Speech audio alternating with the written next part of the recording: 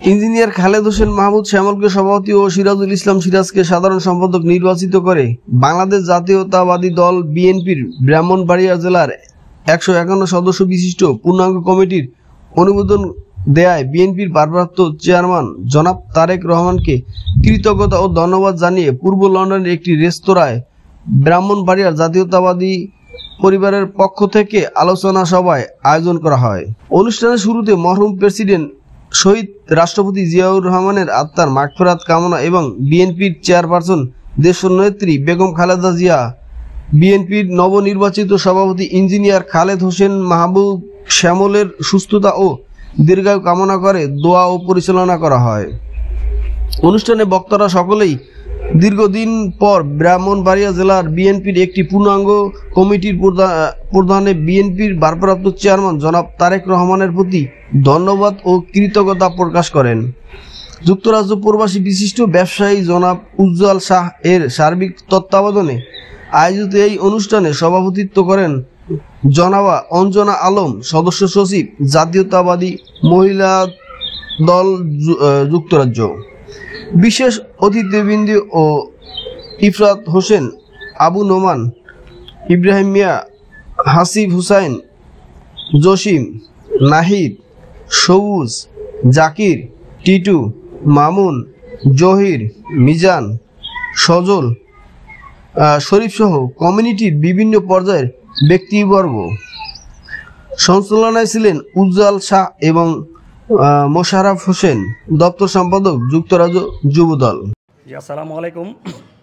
লন্ডনে অবস্থানরত আমরা ব্রাহ্মণবাড়িয়া জাতীয়তাবাদী পরিবারের পক্ষ থেকে আমরা কিছুদিন পূর্বে আমরা ব্রাহ্মণবাড়িয়া জেলা জাতীয়তাবাদী দলের জেলা কমিটি ঘোষণা করেছেন। ভারপ্রাপ্ত চেয়ারম্যান অত্যন্ত বিচক্ষণতার সহিত এবং বিচার বিশ্লেষণ করে একটা চমৎকার কমিটি উপহার দিয়েছেন এবং আমরা শ্যামল ভাইয়ের নেতৃত্বে সিরাজ ভাইকে সেক্রেটারি করে আরও যারা 151 সদস্য বিশিষ্ট কমিটিতে অন্তর্ভুক্ত আছেন তাদেরকে আসলে অভিনন্দন জানানোর জন্যই আমাদের আজকের এই প্রচেষ্টা।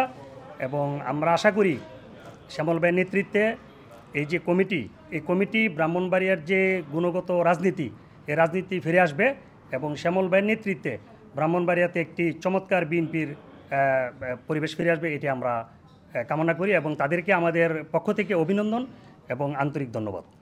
আসলে ভাইয়া যাকে যোগ্য মনে করছেন ওনাকে দেওয়া হয়েছে এবং এই যে 51 বিশিষ্ট যে কমিটিতে আসছে সবগুলা ভাইয়ার হাত দিয়ে আসছে এবং ভাইয়া যাদেরকে মনে করছেন যে ওরা যোগ্য ওদেরকেই দিচ্ছে এইখানে, ওদেরকে রাখা হয়েছে। যাদেরকে দিছে তারা যোগ্য এবং তারা দলের বর্তমান পরিস্থিতি তারা নেতৃত্ব দিতে পারবে। অবশ্যই শ্যামল ভাই তো আজকে থেকে না, শ্যামল ভাই অনেক আগে থেকে এবং শ্যামল ভাইয়ের সাথে আরও যারা আছেন তারা সবাই দক্ষ বলেই তো ভাইয়া তাদেরকে চুজ করছে, তাদেরকে নাম দেওয়া হয়েছে।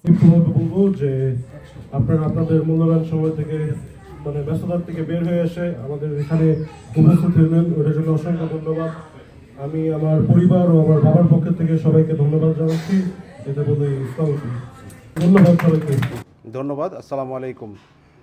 ব্রাহ্মণবাড়িয়া জেলা জাতীয়তাবাদী ফোরাম পরিবারের পক্ষ থেকে আমি সর্বপ্রথম ধন্যবাদ জানাচ্ছি দেশনায়ক তারেক রহমানকে, যে ইতিহাসের